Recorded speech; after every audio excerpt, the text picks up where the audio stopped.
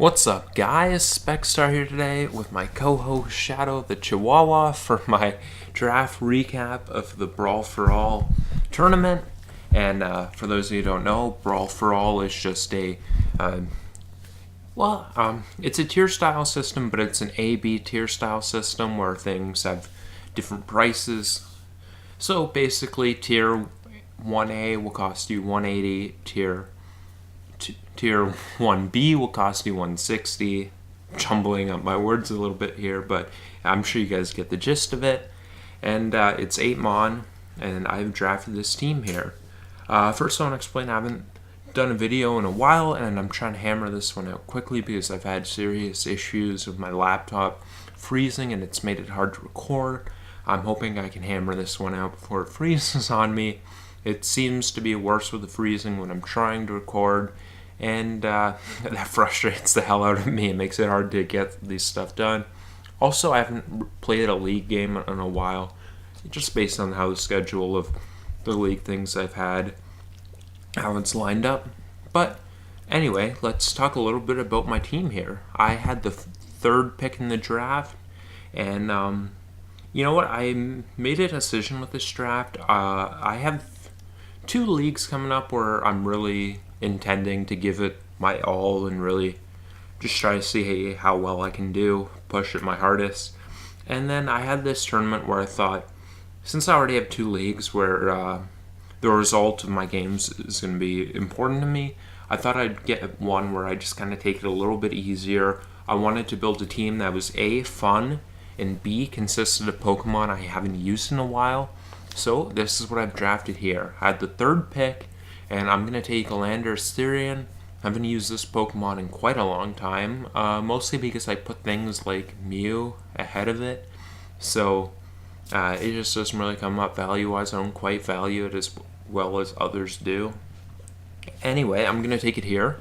It's my first time using it in a while. I think it's going to be interesting to use. Its versatility is definitely an asset in 8-Mon format. And it is going to be my 1A pick here, of course. Next up here, I'm going to go for Greninja. Let me just mark this off. Landorus 1A. Next up, I'm going to take Greninja, which is going to cost me 140 and be a 2A. Greninja is an interesting Pokemon that's had quite a rise in stock lately. This Pokemon has went from a tier 3, middle of the road tier 3, to a top of the road tier 2 in quick time, and it's still skyrocketing. That's because Pokemon that are as fast as Greninja are, they're generally crap. Let's just say they're generally crap, or Coco, which is a first overall pick. So mostly crappy. Greninja is different from what else you see in that kind of speed tier, which makes it a very good Pokemon. And it has pretty good synergy with Landorus, so I was glad to grab it there, especially since... Oh geez, I don't think I've ever taken Tauren Greninja, actually. I mean, I've definitely battled the thing a lot, seen the thing used a lot, and I definitely know what it does. I don't think I've taken Tauren before. I've had Protein before, but not Tauren. So Greninja, nice with the speed tiers, nice with type synergy here. Next up, I'm going to go ahead and grab myself a Sceptile Mega, which is going to be a T3 Mega. 3M, I'll put a tier 3 Mega, which is going to give me plus 80 points. Now, if you think about it, the most there's kind of a 1-to-1 ratio, right? 10 points in tiers is like 1 point in points. So Sceptile is going to give me 80 points, and the most expensive Mega is generally going to cost you 17 points. So Sceptile giving me plus 8 means if this was a points draft, it would essentially be 9 points. And I thought that was just a steal for Sceptile. Sceptile is a beautiful speed tier in 145, which when you make this thing jolly, timid, naive, hasty, is going to get the thing up to 427, which is pretty wonderful. It gives me a nice grass type to go with Greninja. It pressures a lot of the Pokemon that may want to deal with Landorus and Greninja offensively. Defensive synergy-wise, not that great. It doesn't. I didn't really want to compound on the double ice weaknesses, but the offensive synergy is really good, and the price point is a little hard to ignore. So I did go ahead and grab myself a Mega Sceptile there. Next up here, I've got myself a Klefki, and that is going to be my Tier 3A. I thought Tier 3 was pretty decent for Klefki. It's not crazy value like Cobalion was, but I knew I wanted to grab Infernape next, and that would make Cobalion largely redundant, so I went and grabbed myself Klefki. I did want to do an offensive team that was fun to use, and Klefki, of course, goes great with offense. It also, defensively, has a little bit of a low-key role there, giving some defensive answers to a lot of things I'm not great against, including Ice, of course, including Dragon, so it does that a little bit well. Hazards are really nice for my offensive team, so that was a priority, and screens can be very useful too, so I thought Klefki was just great synergy. Next up here, I'm going to go ahead and grab Infernape, and Infernape is going to be a Tier 1B, which is 160, and I'm going to grab that thing there. It gives me a fire type to complete my Fire Water Grass core, which is nice. It establishes a new speed tier, which really helped with the speed tiers I had.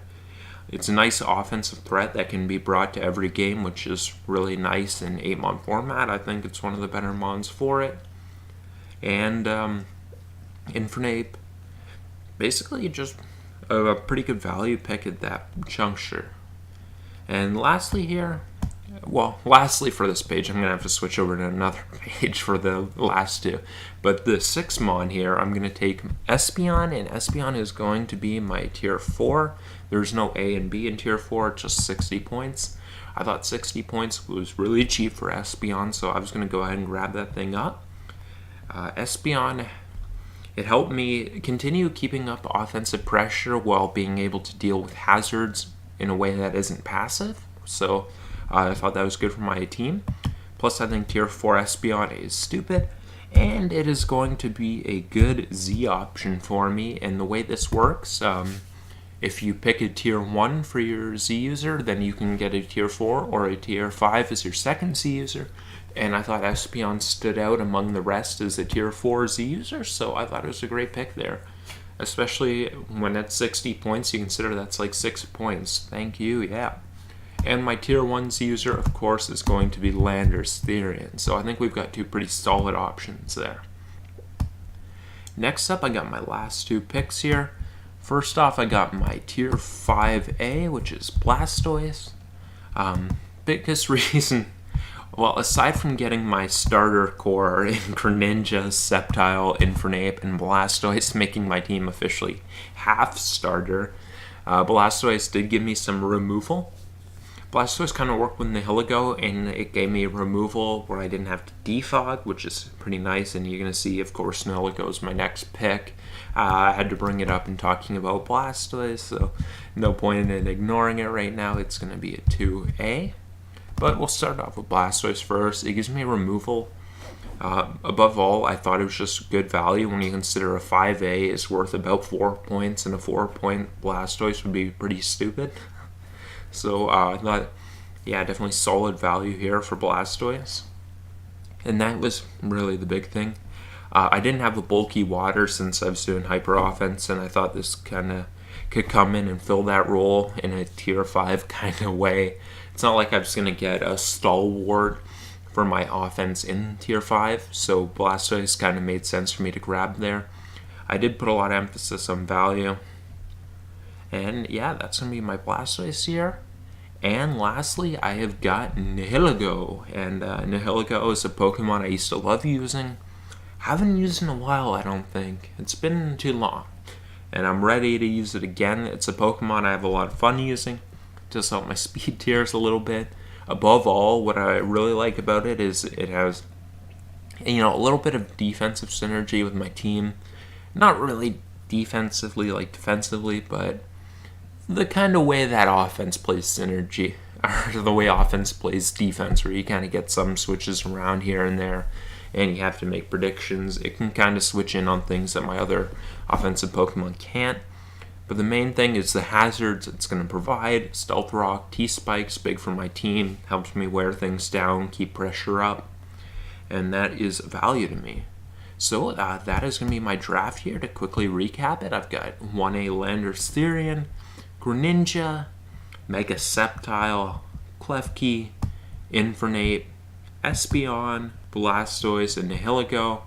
And I don't remember exactly when the pool's phase starts, but I will have battles with this team in it soon. And it's looking like this thing isn't going to freeze on me, so that's great. I want to thank you guys for watching. Have yourselves a good night.